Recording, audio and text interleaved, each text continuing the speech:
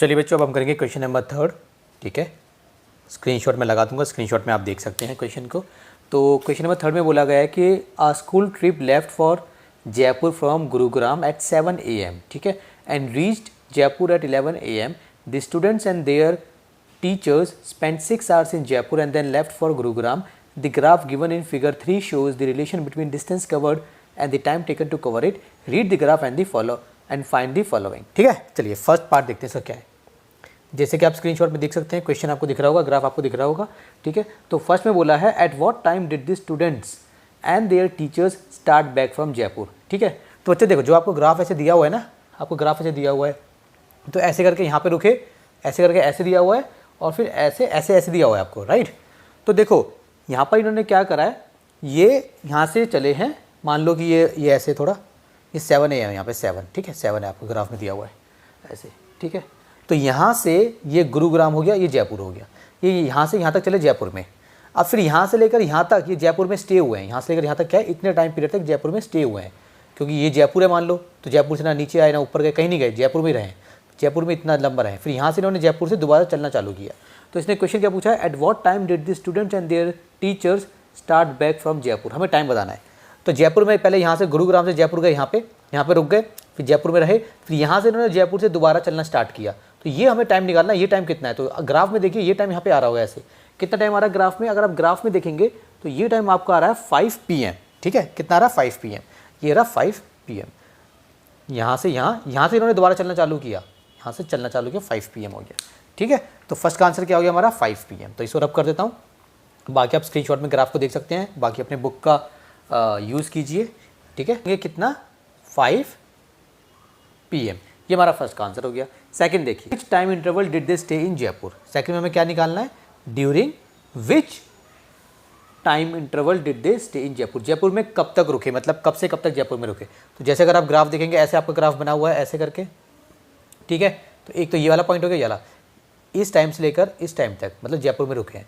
तो ये टाइम कौन सा है, टाइम हमने नीचे बना रखा है, तो नीचे देखेंगे कितना, यहाँ पे कितना है बच्चों, यहाँ पे है आपका 11। ठीक है, 11 AM। ठीक है, और यहाँ तक रुके हैं, तो ये कितना है आपका, नीचे लाइन पे देखिए 5 PM आ रहा होगा, 5 PM। ठीक है, तो ये 11 है, ये 5 है, तो 11 और 5 इसके बीच यहाँ पे रुके हैं ये जयपुर में। सो 11 AM to 5 PM। ठीक है ना, ये हमारा सेकंड का हो गया। चलिए थर्ड देखते हैं। थर्ड में क्या है, during which time interval did they, sorry ये तो हो गया, what was the average speed at which they travel from Gurugram to Jaipur. Third में हमें बताना है उनकी एवरेज स्पीड निकालनी है। ठीक है, अब ध्यान दो बच्चों, जैसे इसी को यूज़ करते हैं, अगर आप ध्यान देंगे तो पहले मैं, चलो यहाँ पे इसको रब करता हूँ, दोबारा से बनाऊँगा, कोई बात नहीं, समझ में आना चाहिए बस आपको अच्छे से। हमें निकालनी है एवरेज स्पीड थर्ड में।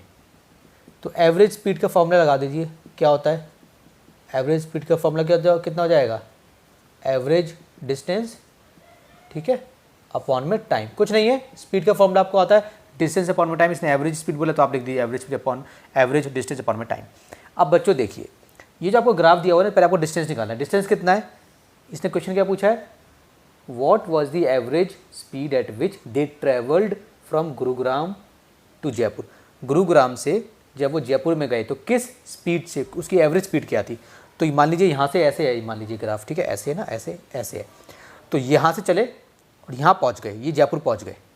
तो यहाँ पे जयपुर पहुँचते पहुँचते कितना डिस्टेंस ट्रेवल किया, अगर आप यहाँ पर आएंगे ऐसे, तो यहाँ पे आपको मिल जाएगा 250। कितना है 250, मान लीजिए ये बना हुआ है ऐसे ग्राफ, ये लीजिए, ठीक है।